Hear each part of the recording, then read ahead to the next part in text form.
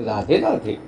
स्वागत है आपका अपने चैनल राधे कृष्ण कृपा पर। ज्येष्ठ मास की कृष्ण पक्ष की एकादशी का नाम अपरा है। इस एकादशी के व्रत का संवाद भगवान श्री कृष्ण और धर्मराज युधिष्ठिर जी के बीच हुआ है। व्रत विधि: हरिवासरी के दिन मन को हरि के चरणों में ही जोड़े रखना है। एकादशी के दिन सुबह उठकर विधि पूर्वक व्रत करने का संकल्प लेना चाहिए। स्नान आदि से फारिग होकर धूप, दीप, पुष्प, गंध और नैवेद्य से भगवान का पूजन अर्चन करना चाहिए। विष्णु सहस्रनाम या गोपाल सहस्रनाम का पाठ करना चाहिए। पूरी रात संकीर्तन करना चाहिए। पूरी रात संभव न हो तो रात 12 बजे तक तो जरूर ही संकीर्तन और नृत्य करना चाहिए। सारा दिन मौन रहकर भगवत नाम का जप, स्मरण, ध्यान और सद्ग्रंथों का स्वाध्याय करना चाहिए।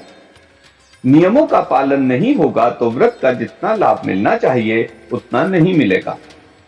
कथा: अपरा एकादशी की कोई भी कथा भगवान श्री कृष्ण ने युधिष्ठिर जी को नहीं सुनाई है।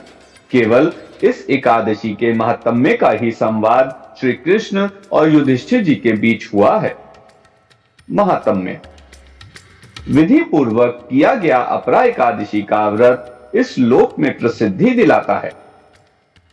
अपरा एकादशी के प्रभाव से ब्रह्म हत्या, पर स्त्री रमण, झूठी गवाही, असत्य भाषण और पर निंदा आदि के पाप नष्ट हो जाते हैं। माता पिता तथा गुरु की निंदा करने वाला नरकगामी होता है, किंतु यदि वह विधि पूर्वक अपरा एकादशी का व्रत कर ले तो यह व्रत उसे वैकुंठ का अधिकारी बना देता है। युद्ध में पीठ दिखाने वाला क्षत्रिय नरकगामी होता है, किंतु विधि पूर्वक किया गया अपरा एकादशी का व्रत उसे भी स्वर्गगामी बना देता है। जो फल बद्रिका आश्रम में निवास करने से मिलता है वही फल अपरा एकादशी के व्रत से मिल जाता है।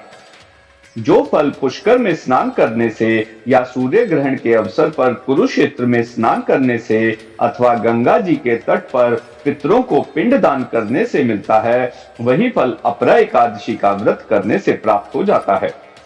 जो प्राणी श्रद्धा भक्ति से अपरा एकादशी के महात्म्य का श्रवण पाठन करता है उसके सभी महापाप नष्ट हो जाते हैं।